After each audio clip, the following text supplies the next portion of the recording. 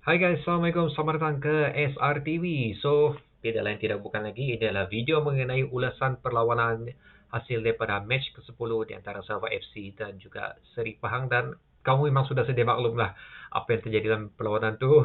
Banyak sebenarnya.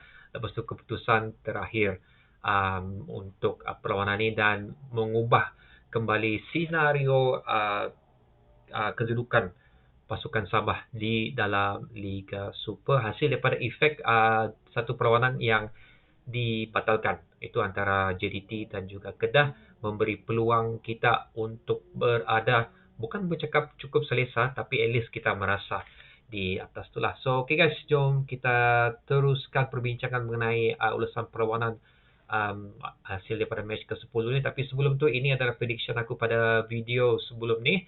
Okey, aku memberi percentage yang tinggi untuk Sabah itu sebanyak 60% dan 40% untuk Pahang. Dan sebenarnya perbezaan 20% ni aku cuba memberi maksud yang Sabah akan menang cukup selesa pada perlawanan ni. Tapi daripada apa yang kita tengok sebenarnya bukan itu yang terjadi. Walaupun pada 20 minit pertama Sabah nampak cukup meyakinkan, tapi selepas tu corak permainan yang ditampilkan oleh Sabah cukup berbeza lah, di mana Seri Pahang telah mengambil peluang tersebut untuk mengatur kembali pergerakan dan juga perancangan mereka untuk menyerang kubu Sabah. Dan ini adalah keputusan pada perlawanan tersebut guys, di mana kita telah menang sebanyak 2-1 hasil daripada gol Neta Pessoa dan juga Taiki Kagayama yang berlaku di dalam 20 minit yang pertama.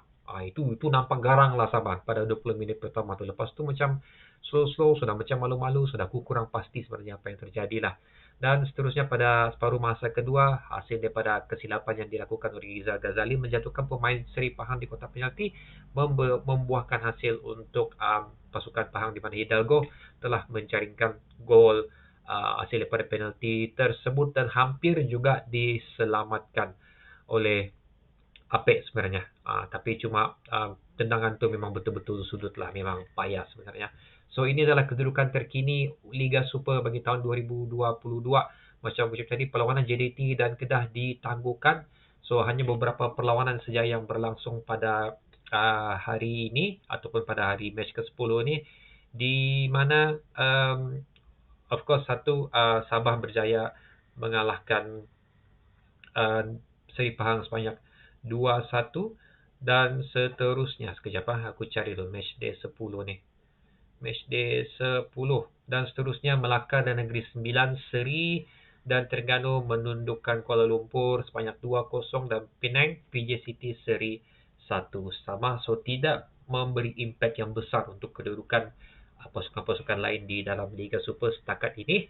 Tetapi impak yang terbaik adalah untuk Sabah dan akhirnya kita merasa juga duduk di tangga pertama, walaupun kedudukan ini sebenarnya belum pasti, belum confirm lagi, kerana JDT kemungkinan besar akan menang pada perlawanan tersebut. Tapi sebenarnya kita mengharap JDT akan um, at least seri lah. Ya, JDT sekarang memang memiliki 16 poin, walaupun kekurangan 2 perlawanan dengan Sabah memberikan advantage untuk diorang cuba mengambil kembali kedudukan nombor 1. Tapi sekiranya JDT seri menentang Kedah pada perlawanan itu nanti, Sabah terus mengekalkan kedudukan nombor 1 di Liga Super, at least untuk satu perlawanan lagi lah.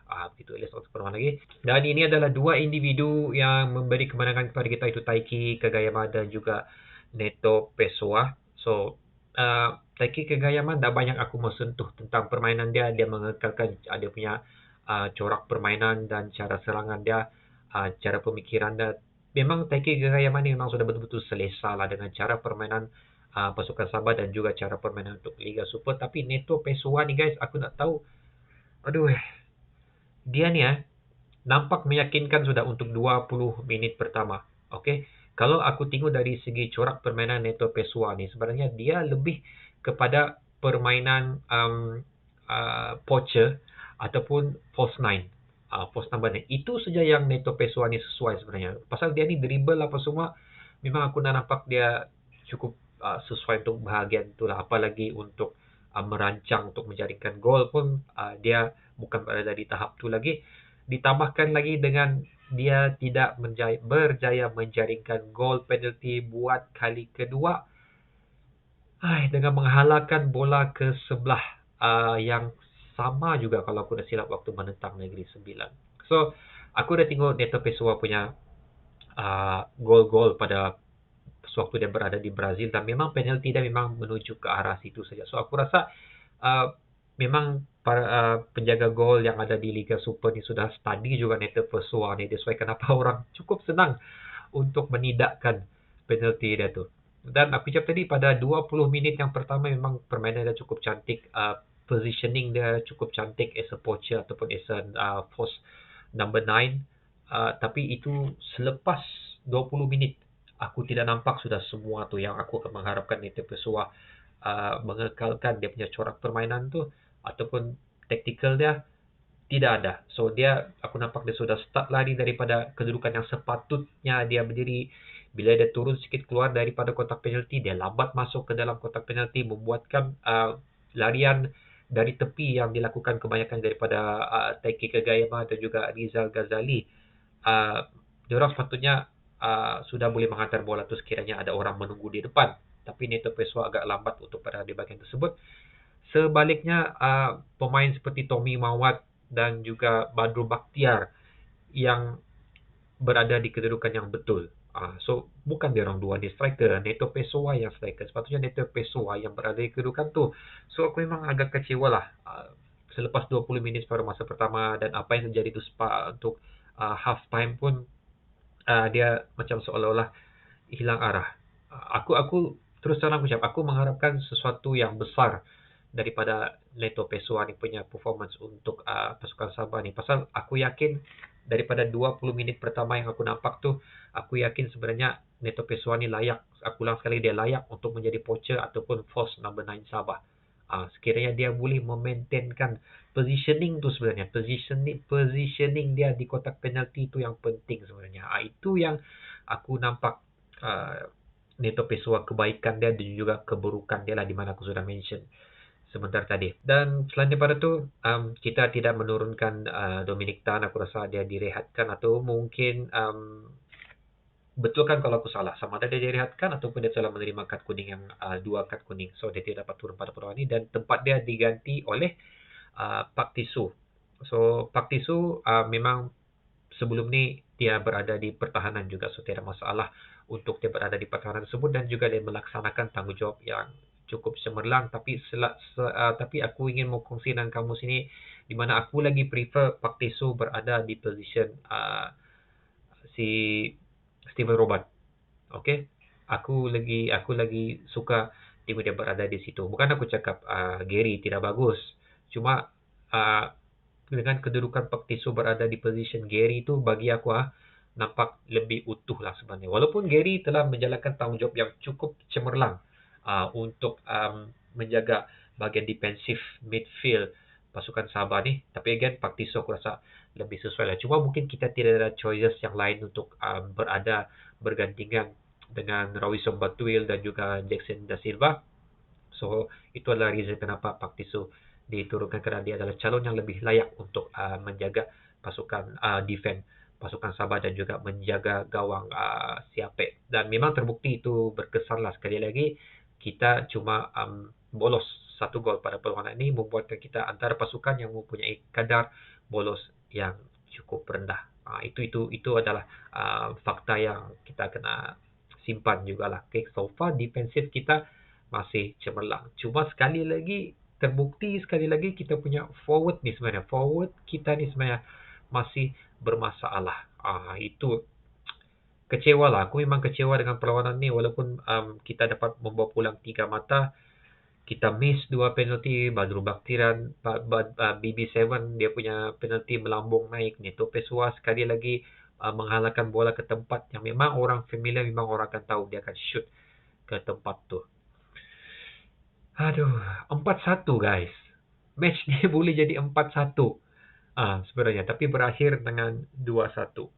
So sebelum aku mengakhiri aku punya celoteh aku untuk perlawanan pasukan Sabah menentang Seripang yang berakhir dengan 2-1 ni, ada satu player yang aku puji lah pada perlawanan ini. Apapun guys, sekali aku mau mention di sini awal, aku bukanlah seorang yang mempunyai latar belakang bermain bola, wakil mana-mana pasukan, wakil sekolah, daerah, apa semua. Aku cuma adalah peminat pasukan bola sepak. So mungkin apa-apa yang komen bakal aku berikan atau yang aku berikan pada kamu sebentar tadi kurang tepat, aku minta maaf. Itu cuma adalah luahan daripada aku selaku peminat pasukan bola sepak Sabah dan juga peminat Liga Super Malaysia ni lah.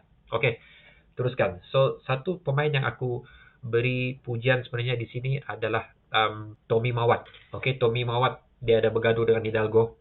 Hampir bertumbuk, tapi respect dia orang dua tu profesional.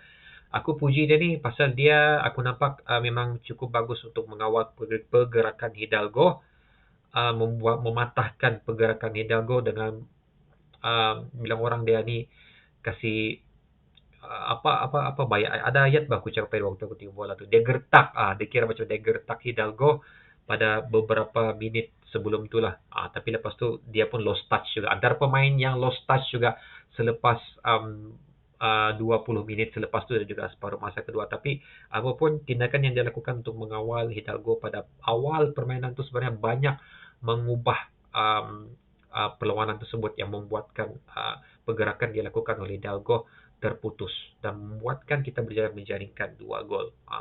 Aku nak tahu siapa man of the match ini, mungkin aku salah. Tapi bagi aku Tommy Mawat adalah pemain yang aku patut beri pujian untuk sepanjang perlawanan ni lah. So, guys, itu adalah sebanyak sedikit aku punya share aku untuk ulasan perlawanan di antara kedua pasukan ni. Again, kita berjaya membawa pulang sebanyak 3 mata, sekali lagi membuat kita berada di tangga pertama. Okey, tahniah untuk Sabah, tahniah untuk semua orang yang terlibat, maksud aku player, staff, coach, management dan juga penonton-penonton yang hadir perlawanan itu kerana memberi sokongan yang padu untuk pasukan Sabah kita sehingga mereka berjaya untuk mengutip 3 mata yang cukup berharga untuk kita berada di tangga pertama, walaupun sementara saja, tapi cukup baguslah pasal lama so kita nak nampak kita di atas nombor 1 ni guys. So sehingga kita berjumpa lagi pada video akan datang guys. Sila tekan ruang komen di bawah sekiranya kamu ada pendapat lain berbeza dengan apa yang aku luahkan, aku share dengan kamu. Sebenarnya tiada masalah. Ini adalah ruangan yang aku share untuk memberikan pendapat aku, dan juga aku memberi pula kamu untuk meluahkan pendapat kamu juga, supaya untuk merancangkan lagi lah perjalanan video ini. So kita berjumpa lagi pada video yang akan datang. Assalamualaikum.